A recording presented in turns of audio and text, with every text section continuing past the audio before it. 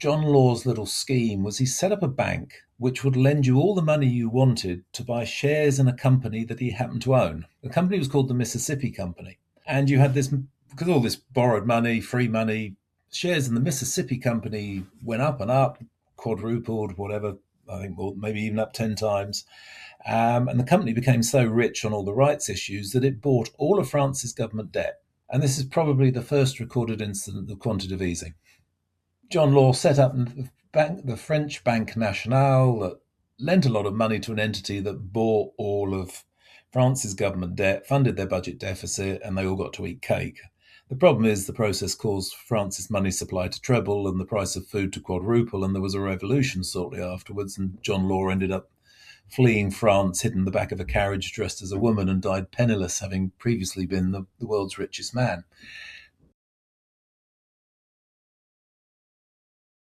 Welcome to the podcast today. I'm Darcy Angaro, and today I'm going to be trying to tie a bow in several themes at once. We have the Strait of Hormuz being choked off, and the oil that New Zealand is going to get is probably going to come under a lot of pressure. And will interest rates really need to increase in New Zealand to offset that, or might we see the opposite?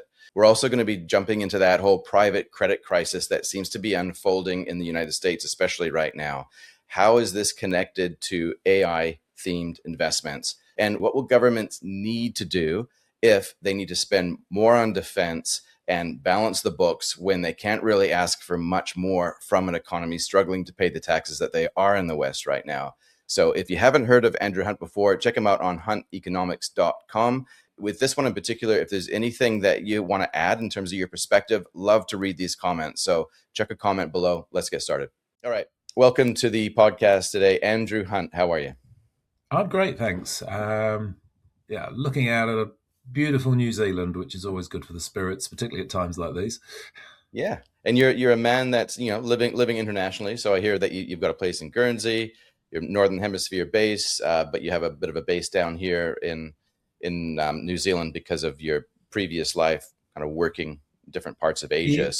And work in New York, hop on a plane to Auckland, or I do a lot of work on the west coast of the States. So I feel like I commute across the Pacific sometimes. Yeah, well, hey, why not? So as we roll into this, like my big question that I'm trying to get at is when will governments and central banks return back to the printing press? And you have a unique model or lens through which you view the world through, which is a flow of funds model. So can you just describe what your view is on how things actually work out there? So I spend a lot of time looking at the rather dry economic data, the financial data, and what central banks are doing on a daily, weekly basis, monthly basis, depending on which central bank it is. And I'm lucky in that a lot of my North American client base are actually commercial banks. So I'm looking at the data as to what they're doing, but they're also my clients. They're also a source of information. So trying to get into, I guess, what we call the plumbing of the system to understand whether those big money center banks will fund the regional banks, whether the regional banks will then fund private credit, private equity, or their local corporates, and trying to understand how money moves around the system and what makes it move around, and also where the fragilities lie. And you come to the conclusion that actually there's a relatively small number of people matter in a lot of these equations. Now, it's something I don't think many people appreciate. We tend to think of this huge financial system with hundreds of thousands of employees. You look around the major CBDs of most cities, and there's all these big banks. But actually, power is quite concentrated in really the hands of a few boards, risk officers, bank chairmen that set the tone, I think, for the financial system. And they're essentially driven by the profit motive. They will maximize the opportunities provided to them by the central banks, subject to regulations, and subject to that dreaded phrase of animal spirits. Do they feel confident enough to lend to a Californian venture capital bank that might not have the best asset liability modeling? To think of a recent example. Yeah, this is a gross generalization, but it feels like most central bankers, most bank economists will operate using a view of economics that I remember studying Keynesian economics and GDP, inflation rate, unemployment rate, using data. They're driving forward, looking in the rear view, basically. But what you do is a little bit different because you're looking at the plumbing. So can you just break that down a little bit more in terms of what that plumbing actually is? I'll assume that everybody, whether it's a client around the kitchen table or a major bank, even a government actually, will have an optimal balance sheet that they'd like to get to. I mean, obviously, we'd all like to be incredibly wealthy and all the rest of it, but you have what you have, and you'll distribute your assets accordingly. And shocks will occur. That might be an oil shock that affects your ability to spend money, or you might find that credit is more available. You could gear up your balance sheet. You might want to speculate in the property market. You might sell a property and then buy equities. And so I'm trying to build models of how people will react to the shocks. That they've got this optimal balance sheet. They probably never get there, but they're trying to get there. And the action of trying to get there creates flows. Money goes from one place to another. And as it does so, it affects prices. And so that's the basis of the model. To achieve that, I'm looking at the flow of funds data, which a lot of governments, unfortunately not New Zealand, I know they talked about producing a flow of funds matrix, but the money wasn't there to develop one. Unfortunately, a lot of that data is quarterly. But we get monthly series, and in some economies we get weekly series, almost daily series for some central banks. So you get partial pictures on a weekly, monthly basis, a full picture on a quarterly basis. You're joining the dots and then hopefully using experience and a bit of analysis. And I think experience probably counts for a lot here rather than textbook analysis. Yeah. How are people likely to react to that change in circumstances, that shock? And then you look for the corroborating data to say, yes, they are reacting that way, or no, they've done something else. And a tragic but interesting example of that, I think everybody thought that US consumer spending the month after 9/11 would collapse. Everybody would be scared and staying at home. Actually, everybody went to the shops, whether that was an act of defiance or more likely, the future was now more uncertain, so you might as well spend your money now. And so I remember back in October 2001, actually having to predict a very strong quarter for the US economy, which was quite unfashionable at the time, but you could see that change in people's behavior. And then moving that narrative on, the Federal Reserve was reacting to that in January of 2002, and you're saying how that was just a one-off spike, and the Federal Reserve is now setting policy according to that. They're going to over tighten. They're going to make a mistake here.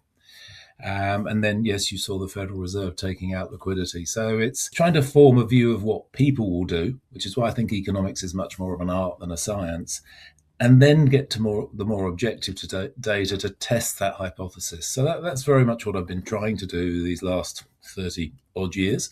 And with some success, I might add as well, from the research that I've done. Japan, I think the Asian crisis was one other one. You just alluded to another call that you made there, and one more recent one in March of 2020, which I can very much relate to.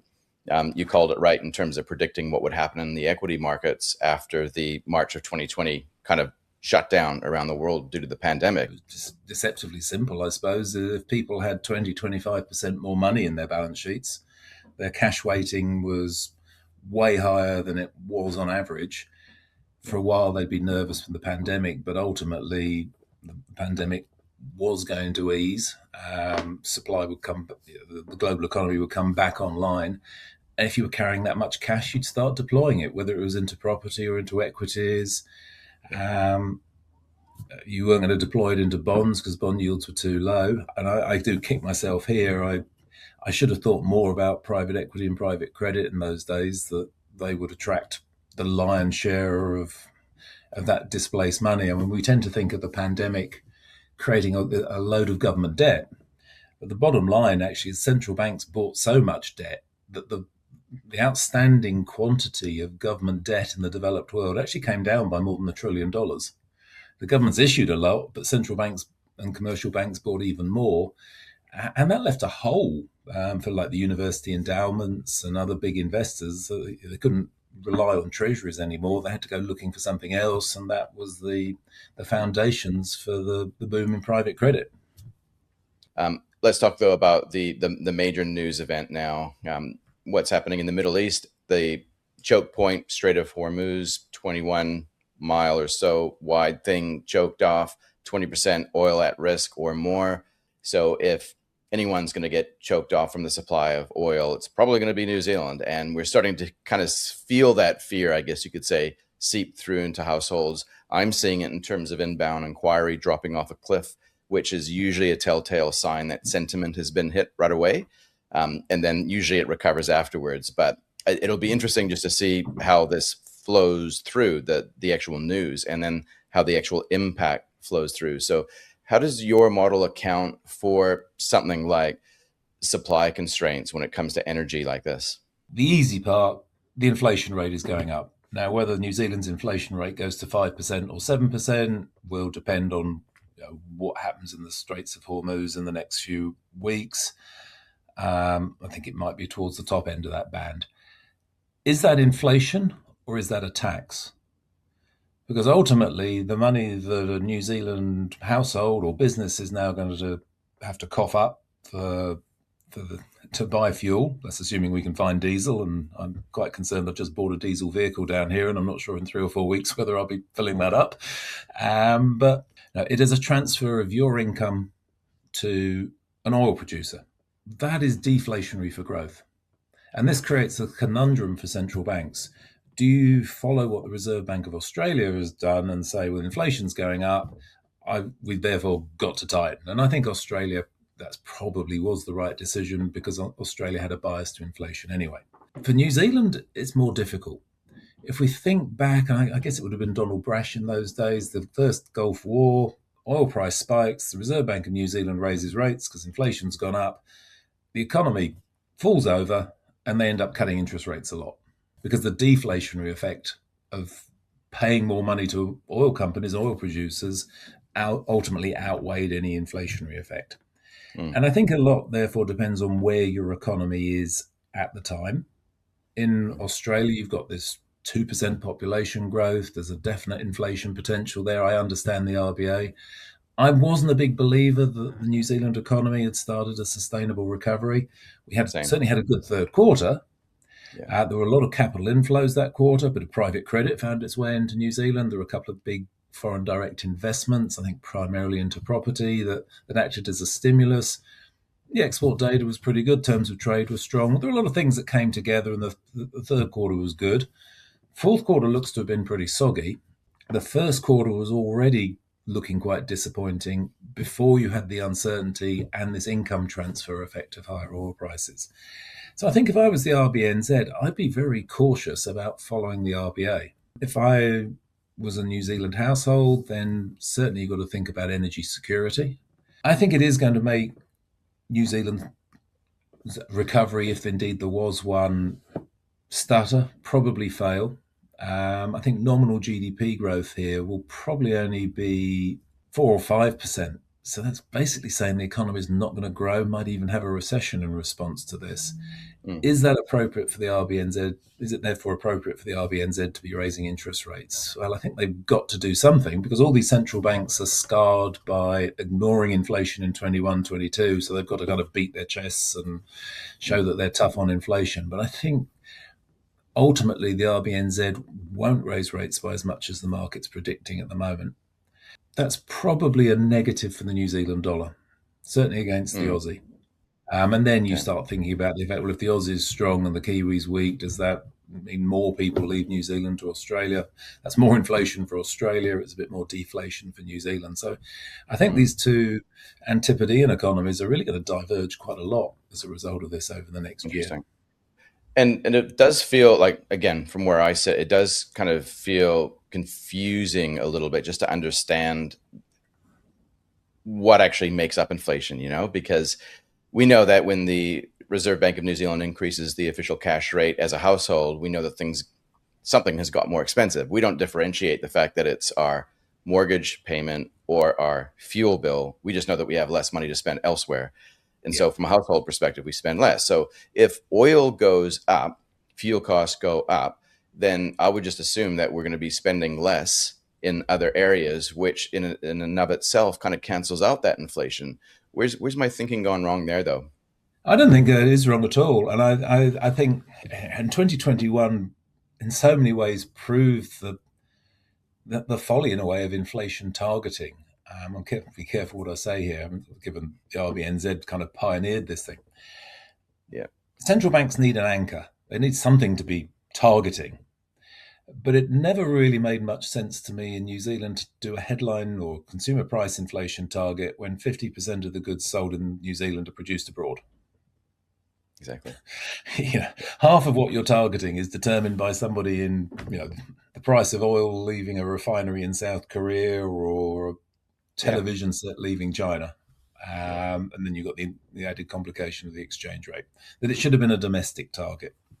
mm, So in a sense, the CPI is a little bit arbitrary. It's not the greatest target, and it therefore misses the fact that if you're paying more for your imports, you're giving money to somebody outside your country who, by definition, is not going to be spending money in your country. And actually, on this occasion, it's probably worse. Previous oil shocks, you'd pay more for oil, the oil producers would get the money, they would then run big surpluses that they'd invest in US capital markets or European capital markets. Capital markets would go up, positive vibe in financial markets. You always had a big rally after the oil price went up. This occasion, the chances are the Gulf states and the other energy producers are going to use the money we give them when we buy more expensive energy to buy another Patriot missile, the prices of which are likely to be going up quite a lot given the shortage of Patriots and Tomahawks and stuff. They're going to be spending this money on defense. It's not really going to go into capital markets and sort of find its way, however circuitously, back towards us. So I think that's a big difference this time. So we're going to be giving money to other people outside our country. That is deflationary. But policymakers, and particularly politicians, focus so much on the CPI. It's become this politicized target, despite the shortcomings of the fact it's, let's say, in New Zealand's case, it's so much of the stuff is produced abroad. But in Europe, during the aftermath of the pandemic, we saw the ridiculous thing was governments were trying to deny inflation by subsidizing particular items that were in the consumer price index.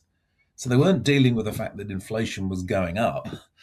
They were the underlying process, and let's face it, the underlying process behind inflation in the pandemic was governments gave everybody a load of money at a time when people were staying at home not working. So you weren't producing anything, but you were being given money to spend. Oddly enough, prices went up.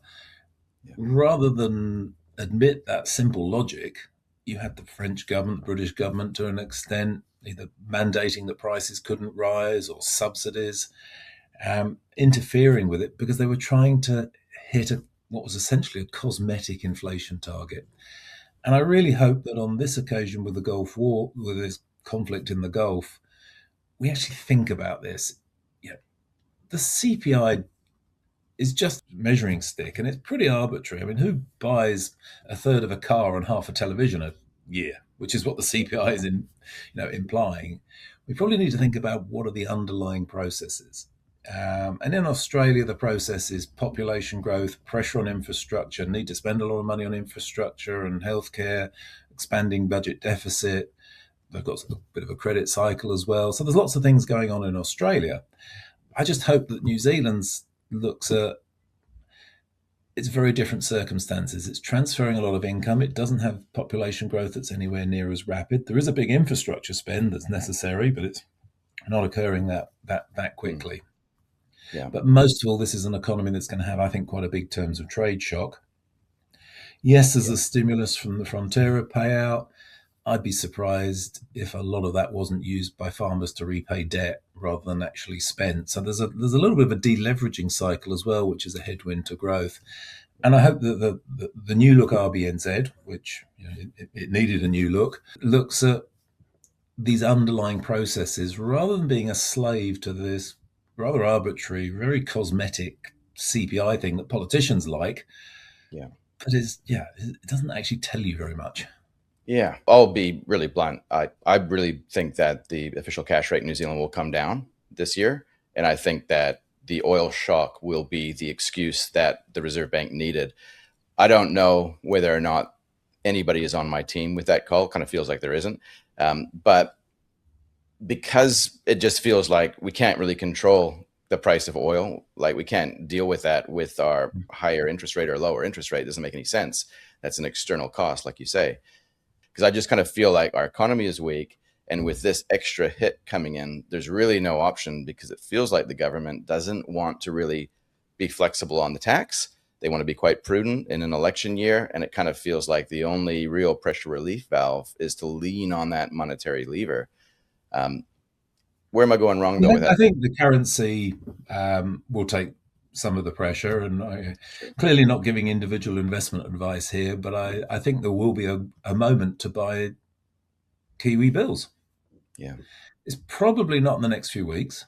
I doubt the RBNZ is going to be a leader in how central banks respond. So we've seen the RBA raise rates. On the other side of the Pacific, the markets, I think, are probably being too cautious on the outlook for US interest rates. I do think US rates will fall. But already we've seen the Federal Reserve add north of $180 billion of liquidity to the Yeah. financial system in response primarily to what's going on in the Gulf and what's going on with private credit. So Mm. the Federal Reserve is already gone back to quantitative easing. The Japanese government is telling the Japanese central bank quantitative tightening is not sustainable. You need to stop doing it. They're pushing the Japanese central bank to ease. We've had a little bit of a tiny easing of fiscal policy in China, but the People's Bank of China is buying 250 billion US dollars plus of other people's bonds at the moment to suppress its currency. That is a big source of liquidity.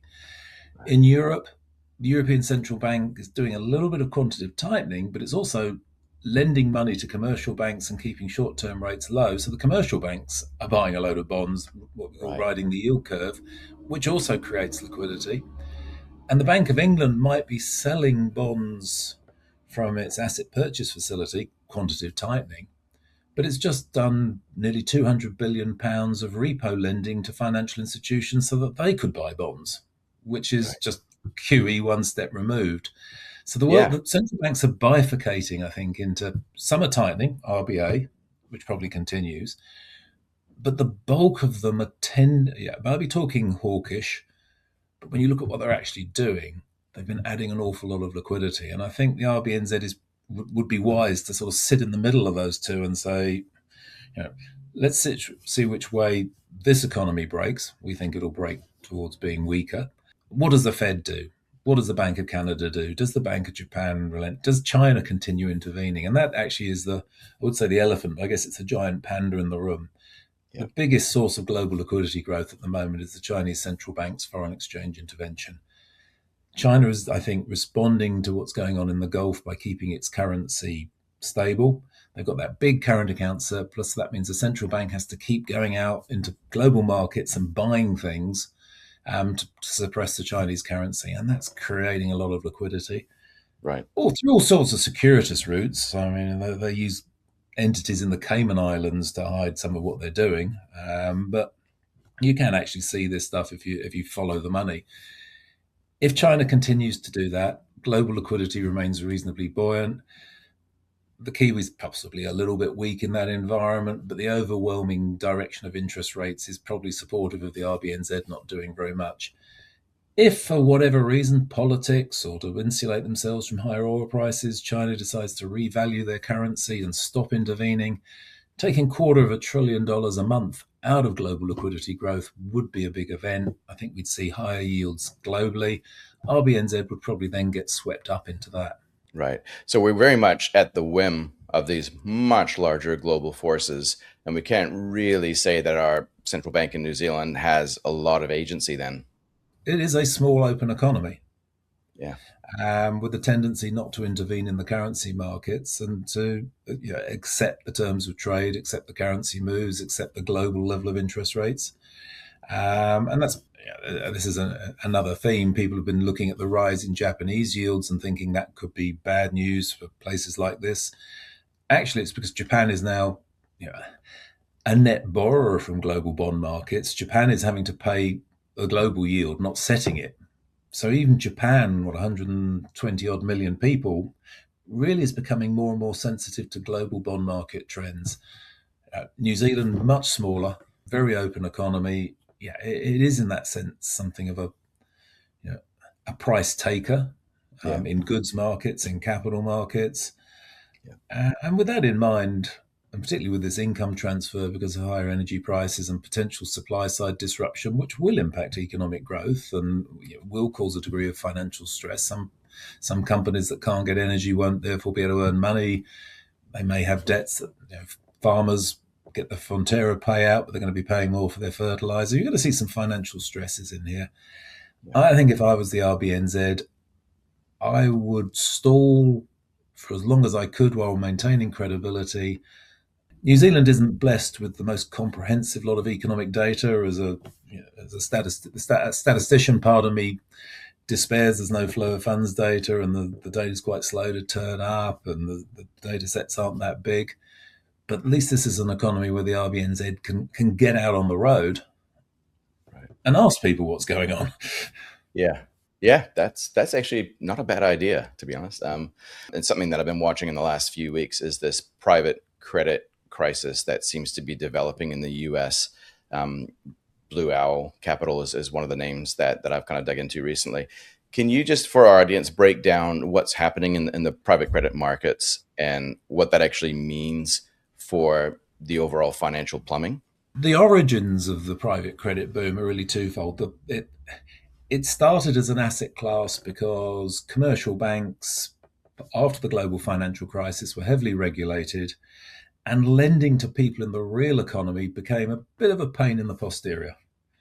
You've got capital adequacy rules, you've got compliance rules, know your client. You don't want to be in breach of any regulations. And I think after the global financial crisis, most, particularly big US banks, main aim in life was not to end up sitting on some hard seat in front of a congressional committee for something that had gone wrong. And neither did the regulator want to be there either. So there was over regulation and caution, and that created a hole in the credit markets. And you had a bunch of frustrated employees in these commercial banks who wanted to lend to companies, who saw opportunities. So they left Park Avenue or Bryant Park or whichever bank headquarters they were in across the street and set up a business development corporation or a private credit company, private equity, private credit conglomerates, as it were, as well, and started filling that hole. And then that sort of sector started to grow modestly but significantly. Then comes the pandemic. Money's given away free, and we create this hole in the bond markets because the central banks took out so much of the supply of government debt that there's a shortage of bonds for investors, for the university endowments, for the pension funds, most of all for the insurance companies that need long-term assets for their asset liability modeling. And so this wall of money started to arrive into private credit and all its various guises, CLOs and like. And the industry starts to grow. And as the industry started to grow, maybe it attracted a few people that weren't quite as good at their jobs. And as you buy more and more of this stuff, you as a private credit manager are getting money thrown at you. So you now need to find assets, and you bought some really good stuff to begin with, and now you're perhaps going down the quality curve a little bit. And then some of this quality stuff turns out not to be that high quality, and it maybe doesn't meet its interest payments. So you start accepting payment in kind rather than interest, and you're extending and pretending. And then you get a few things that don't quite work out. So you have to launch another fund because you've still got plenty of money coming in. You launch one fund that then buys the assets of the existing fund that's become a bit illiquid, and you're starting to gravitate a little bit into Ponzi schemes. Yeah. And then you start packaging up your assets using a bit of clever maths and saying, look, these assets are uncorrelated. If we put them all together, they've got the same statistical characteristics as a treasury bond, so they should have a AAA rating, so we should be able to use them as collateral when we borrow from JP Morgan or Bank of America or Wells Fargo or whoever. We don't need to watch The Big Short again. We know what's happening here, but at the moment, there's money coming in, rates aren't going up. Let's just get a bonus Yeah. and we'll keep doing this. And I think over the last 18 months, the banks and their risk officers became more and more aware that as much as there was some good stuff in private credit, there were some cowboys and there was some crap credit that was being dressed up as something investment grade when it clearly wasn't. In the last few months, a couple of things have happened. I think one, there's been enough defaults, a couple of auto companies. People are now questioning the quality and what the real default rates are if you adjusted for these payment in kind. The administration tried to make these funds accessible to a retail market. So you're selling illiquid vehicles to retail investors who thought they were liquid, and people find out they were liquid and then try and get out, and you get some of these funds being gated. Yeah. And then there's a few mercurial guys in the commercial banks, because remember, these business development corporations, these private credit companies themselves are highly levered. They've been packaging up their assets as collateral so that they can gear up their portfolios. Private equity to an extent as well. And the commercial banks, I think, well, the world's uncertain. Looks like credit quality is deteriorating. So why don't we just say that those assets aren't worth 100 cents on the dollar? They're worth 80 or they're worth 60. And so you as a private credit manager can borrow less because you've got less collateral. Oh, perhaps they're going to need to sell some assets now. And so you start to get into this financial event. And I think there's at least one or two of the big commercial banks thinking, we'll only lend to them at 60 cents on the dollar. They'll have to sell their assets at 50 cents on their dollar to us. And yeah, they will go back to 80 or 90, and we're going to make, I think there's a little bit of almost scalping going on as well. Is this a systemic crisis? Mm. Not for the big banks, no. Their exposure is not that significant compared to their capital base. Some of the regional banks, yes, it definitely is. I'd be surprised if we don't have another SVB type moment somewhere in all of this. Yeah, but given it's not systemic, like that's reassuring to a certain extent. It's not systemic for the financial sector. Where it matters Yeah. is for the macroeconomy. It's a relatively small micro crisis that could have macro implications in that the US corporate sector, including much of AI, is actually cash flow negative at an operating level. They need external financing. And the data here is sketchy. The US statisticians haven't had the budget to extend the flow of funds data to include private credit. It ends up in the residuals. Right. And actually, when you see the balancing items and residuals in the data starting to rise relative to the stuff they know about, you know something's going on. That happened in 2006, 2007, mid 80s, late 90s. Is a pretty good indicator, actually, of things going a bit cowboy like. But it looks as though private equity and private credit had become the principal source of external financing for companies, particularly actually in the AI space. And I think we have seen virtually a complete cessation of flows from investors through private credit actually into the real world. I think that actually has stopped in the last couple of months. And that does suggest that the AI boom will slow down. We've seen fairly famous individuals saying they never said they were going to spend $100 billion. Well, actually, they did. It's on YouTube. Yeah. Um, So we can we're trust it. just Yeah. maybe in some of the Asian data seeing signs that the explosive growth, places like Taiwan are having 50% growth in exports on the back of the AI boom. Just looks like the second differential has turned negative. Okay. And that would fit that we're just starting to run into some financial constraints.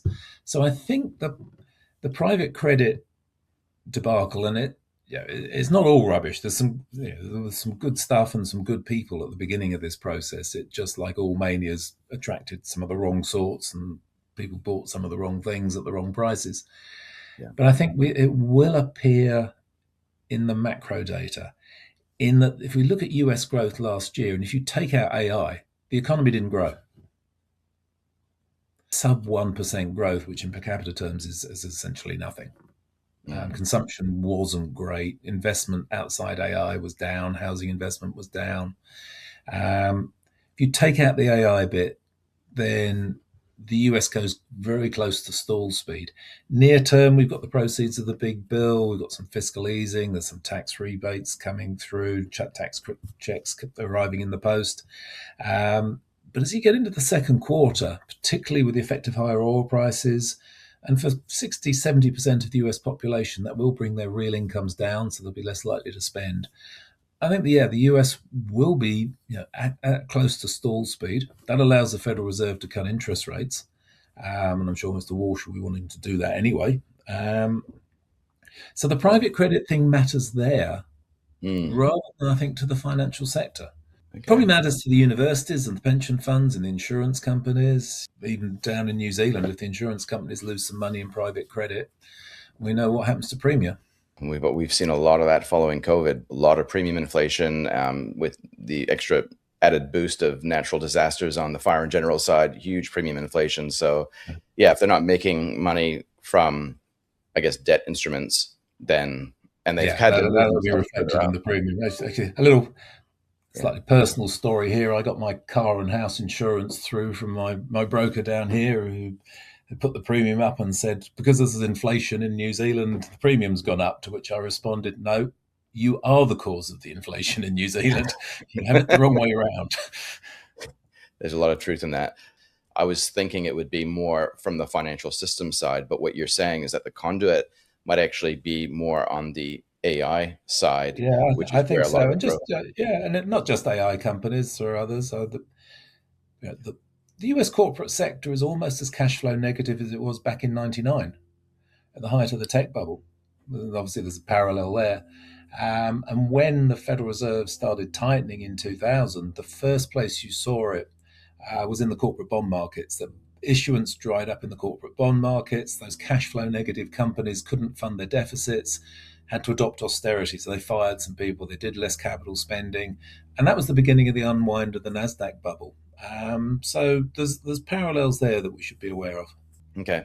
Now I want to just pull on a thread that I kind of left unattended to before. I'm going to go back, circle back to something which was your comment around QE, but not QE, not your words necessarily, but the fact that there is kind of through commercial banks sometimes where they are buying the debt. They have an equivalent effect. I think that's part of it. And also, there's fiscal primacy here. Very few governments, US, Japan, UK, many of the Europeans, are actually in any position to have to pay higher rates on their debt. Even at near zero interest rates, 15% of Japanese tax receipts go on interest expense. Mm, Yields rise. The US is spending more on interest expense than defense and stuff. You see these sort of factoids banded around. But if the banking system wasn't buying bonds, I think you'd see long-term interest rates 100, 150 basis points higher. And at that point, governments run into debt sustainability issues. Maybe even some farmers down here might struggle in that environment as well. And few homeowners discovering that their mortgage refinancing or resets are considerably more expensive. So the world has got very much addicted to this notion that banks fund the deficit. And at the moment, governments are borrowing about 2% of global GDP more than their households save. So you're reliant on the banks to make up that gap. If the banks weren't there, interest rates would have to rise to get people to save more, or governments would have to cut a lot of programs. right. So we are addicted to this. Yeah. And Japan is worth watching on this subject. The Bank of Japan is trying to do quantitative tightening. The banking system actually net is selling bonds. It's one of the few places where they're currently selling on a net basis bonds. The budget deficit's widening with the new government, and JGB yields have doubled and could easily go up another 100 basis points unless they change policy. Now, Mm, longer term, I think they should change policy and that the government should spend less. But mm, this is a relatively populist government. You're already seeing the government reminding the Bank of Japan that it has to facilitate government borrowing. Even whether you're not invested in Japan or not, I think it's worth keeping on top of this tension in Japan as to who wins. Governor Ueda at the Bank of Japan saying there is a threat to inflation. Japan isn't the land of deflation anymore. Inflation constantly is persistently coming above target. Oil pricing is going to make that any better. Yeah. And people are showing signs of losing faith in the yen as a store of value, somewhere to keep their wealth Yeah. because of that, versus a Yeah. government saying you can't raise interest rates and you've got to keep buying bonds because we can't afford you not to because it'll our Right. tax we can't afford it. And I think I'd keep a close eye on that. Does Okay. Japan vote in the end for endemic inflation, or does Wade-san prevail at the cost of government austerity? It'll be, I think, an interesting time in Japan. I don't think the equity market is really thinking about it in those terms at the moment. Okay. Do you feel like inflation is inevitable in terms of a byproduct because the governments will be forced to make up that gap with borrowing more? And if it causes inflation, then to hell with it. We got to do it. We have no choice. Is that kind of how you see most governments evolving over the next few years? I would say 70-80% probability. Fed does more quantitative easing. They've already started down that track. The Bank of England's already going down that route. The back end of the 2020s looks like the back end of the 1970s. Oil shocks and everything. There's lots of parallels there. That's got Mm, to be your 70-80% probability. And if you're an investor, a saver, you need to be protecting yourself against inflation. You need to be looking for a new store of value that holds its real value. And in a company, in terms of equity portfolios, I went and interviewed a lot of people that actually had worked in the 1970s inflation, and the only thing that really worked in equity markets was sort of small companies or good companies with control of their costs, some degree of pricing power, and you yeah. bought them and hold them. You didn't churn the portfolio. You weren't near an index fund. You were proper stock pickers, and you bought and you held, and ultimately you made some money. Yeah. But I think China slightly confuses this and creates a degree of uncertainty. The People's Bank of China is putting $250 billion of liquidity into the global system. And there's a real historical parallel here. And if you bear with me for a couple of minutes, Go for it. if we think back to the early 17th century, the Dutch golden era, then they have the tulip mania and a financial crisis. And because of the financial crisis in Holland after the tulip mania, all of the Dutch capital outflows that had predominantly been going to the UK ceased. The Dutch had been exporting capital as well as goods and stuff through their golden era. They stopped doing that because of the tulip mania, and the UK had a pretty dire recession depression. Fast forward to the late 19th century. The UK is at the height of its power, big current account surplus. It's exporting capital to the Americas, North and South America, and indeed Southern Hemisphere. Have the first bearings crisis. 6 months later, UK capital outflows collapsed. The US and Latin America had one of their worst economic crises ever, probably the worst depression in US economic history. Fast forward another 50 years, 1929, the US is exporting a lot of has a big current account surplus. This is Henry Ford and mass production and all of that. Big current account surplus. It's the competitive economy. 1929 crash happens. The US stops exporting capital to Europe, and everything that goes wrong in Europe in the 1930s, we don't need reminding of. So there's this real historical narrative of an emerging country starts to run a big current account surplus and then recycles the proceeds of that surplus into capital flows into the rest of the world.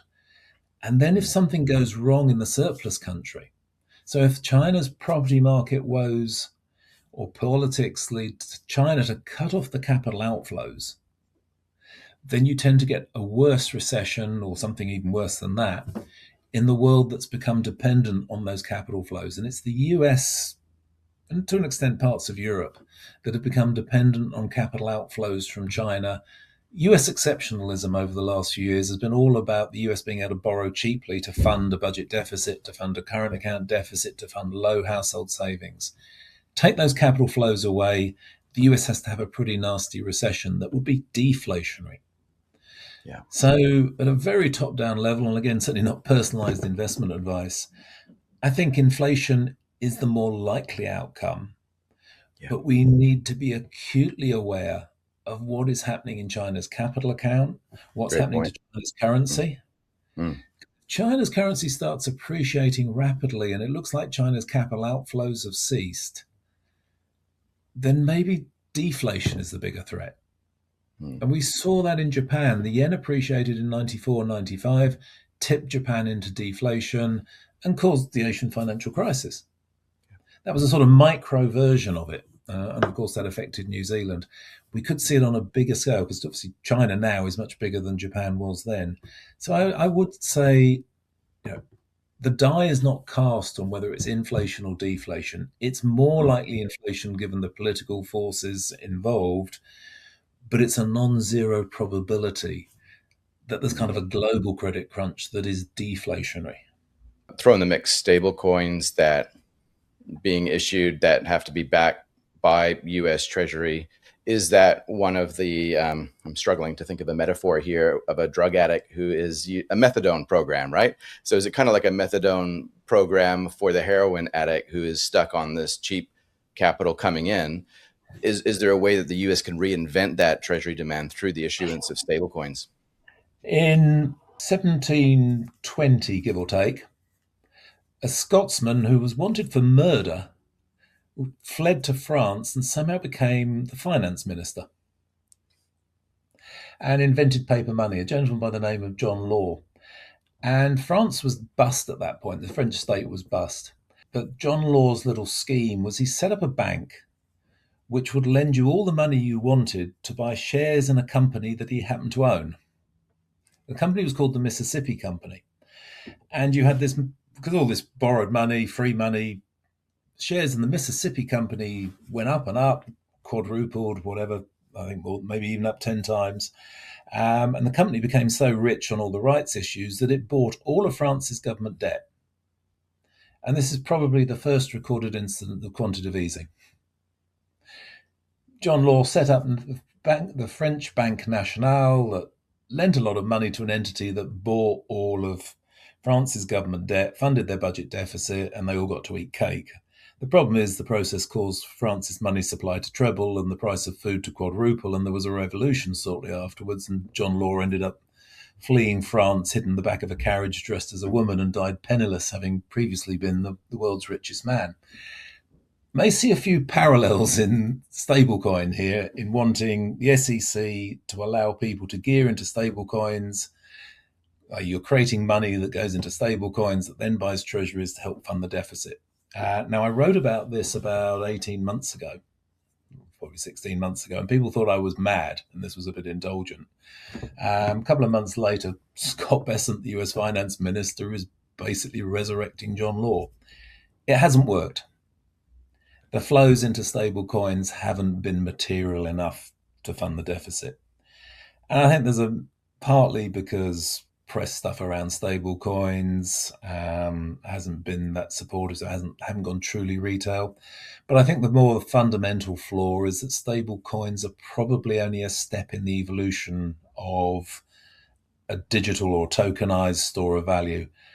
I think a better stable coin would be one that didn't maintain its nominal value, because if you want to maintain the nominal value, you might as well just hold dollar bills or money Yeah. market mutual funds. There's not a great deal of difference.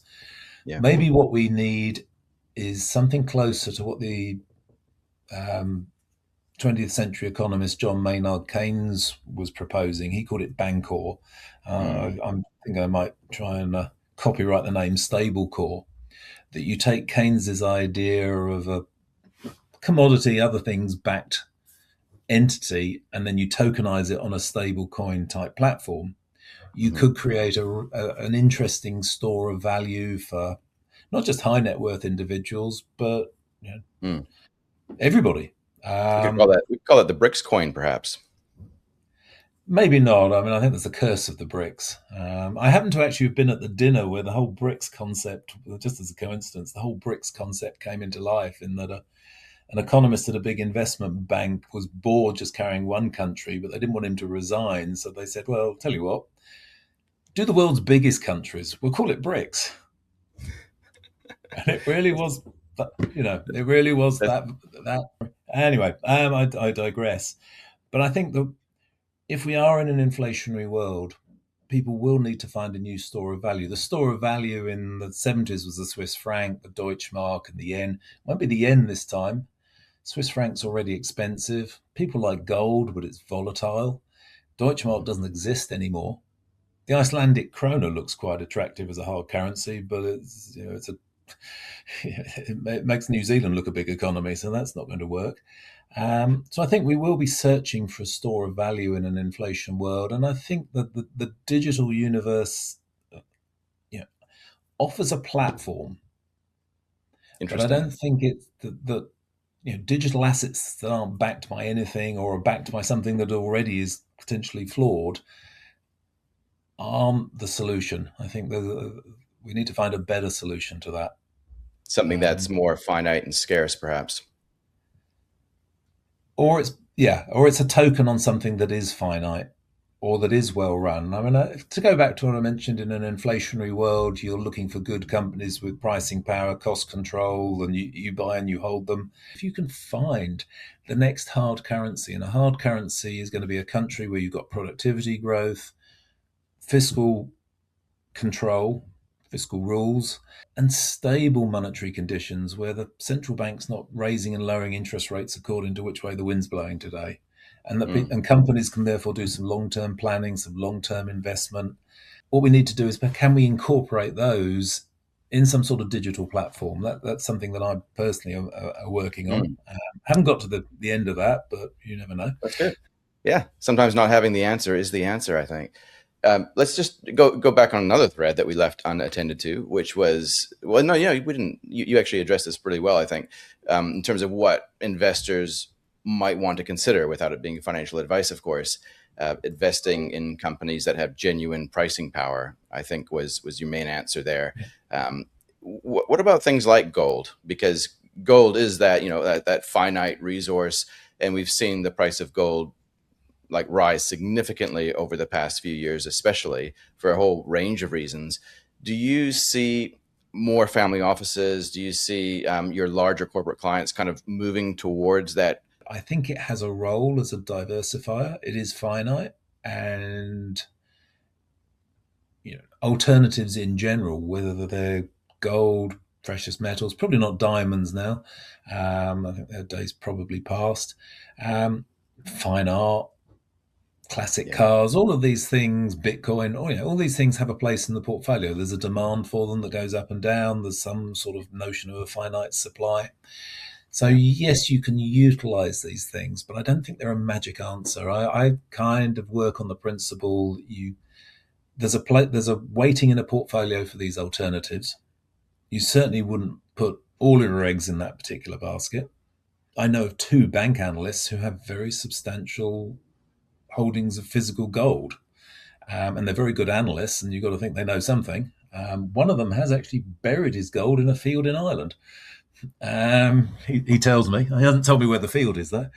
yeah. Um, What good is that, friend? yeah. So there's definitely a role for it, but I Yeah, don't think interesting. it's a magic answer. No, okay. There is leverage, there is speculation. Central banks are in and out. Yeah.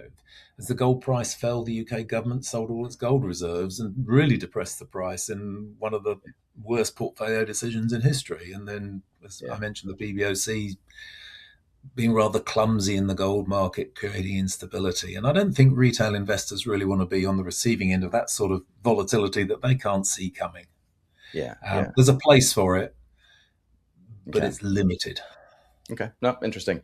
And just to finish up on just going way out there in terms of kind of just trying to reach into the future here and just see what happens next. We've talked about things in this conversation which kind of imply that there is some sort of event or climax or something, and sometimes these things just kind of fizzle out and die. These mega themes, um, and but other times they kind of lead to some sort of crescendo. And I'm kind of wonder what that would be. Sometimes my natural conclusion is some sort of currency reset. Do you feel like it's, and we're kind of touching on that right now, right? Where we're moving capital into some sort of safe haven currency. Do you kind of feel like that's where the world is going as there's decreasing trust in government's ability to? The loss of trust in governments, and I should quote Keynes again, this time before he was famous. describing what money was, and he made a very good point that a nation's money has to be connected with the nation, and that's why the US dollar bills have famous people and historical landmarks. You know, in God we trust, in the military we trust, the Treasury signs it, the Fed signs it. Even the Masons are in there, if you believe Dan That's Bryant. right. Brown, Yeah, yeah. everything is on that. The artwork of banknotes, is Says it designed all. to kind of Yeah, identify the currency with the state. yeah. And people like the Edelman Survey, which is a German institute that looks at trust in governments over time, you know, by and large, we don't trust governments. I think very few developed world governments have more than a 35-40% trust rating at the moment. Mm, And if we don't trust the governments, we're not going to trust the money. That biases us to expect inflation, which mm, is that 70-80% probability I was talking before. mm. But I'm equally conscious that if I think back on my own career, I became a bit of kiss of death, I think, to markets. But 1990, the demise of Japan.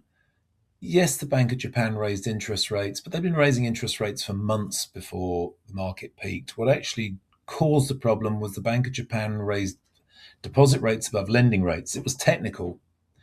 The end of the NASDAQ bubble was when the Federal Reserve banned government sponsored entities from speculating in corporate bonds that affected the supply and demand in the corporate bond market.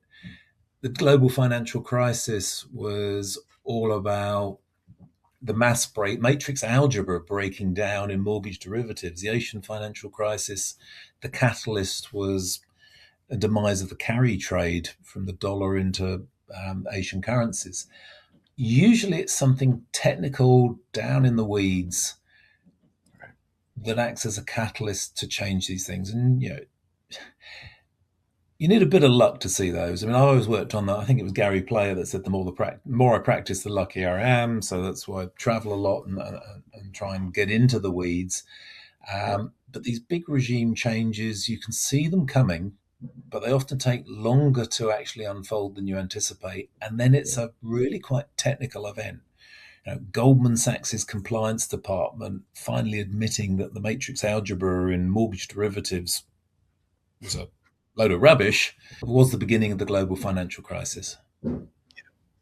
Yeah. For Fascinating. all the famous people, the Michael Burrys and stuff, who were short Yeah. mortgages for a year, they lost a ton of money Yeah. by being too early. Yeah. And so Yeah. I'd Totally. always be cautious about calling that big turn. Yeah. I think what was it? I think it was a Latin American finance minister was talking about something, but he said it's difficult to recognize, a bit like a giraffe. You can't describe it, but when you see it, you know it. And I think the turn in big cycles tends to be some often quite technical factor. And if you see it, you know it. Mm, But if you, but you may, and you may or may not see it. So I think you lean towards these big regime changes, and I think we are in a world where governments are worried about their debt. Fiscal primacy does exist. We are addicted to quantitative easing, and that probably is inflationary. And that's the trend I think I would follow. yeah. But if we were to see, I think in particular, China and the recycling of its current account change direction, then that could be that giraffe moment. And unfortunately, China doesn't produce that much economic data that you can use, but you look at what you can, you look at the currencies. China operates through a lot of offshore financial centers, places like the Cayman Islands. So suddenly, I'm finding myself looking at Cayman Island financial data with alarming regularity to see Right. if you can see these sort of footprints, to see if it can spot a giraffe out there. But at the moment, I think we probably position for inflation, but we are aware there is another path. Interesting. Fascinating conversation. Really appreciate that, Andrew. And I know that you're going to be presenting at a conference soon here at the end of the month in March in New Zealand. So I hope that goes well for you. But yeah, if people want to learn more, hunteconomics.com, is that correct? It is .com. Yep. Yeah. Is there anything else that you want to leave people with before we finish up? No, hopefully I haven't depressed everybody too much. Don't worry, The they're well sun is still depressed over there. shining. But it is on the South Island anyway. There we go. Awesome. Really appreciate it. Thank you again, Andrew. Take care. Bye. Cheers. Special thank you to our show partners who help make this possible. Thank you so much, you're awesome. SwiftX and Provincia, thank you again.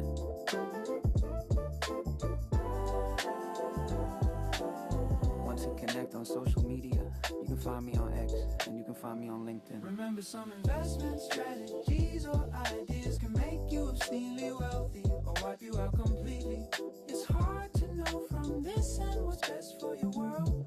So if you can, reach out for some advice that accounts for your own circumstances. That's it for this one. Catch you next time. I'm out.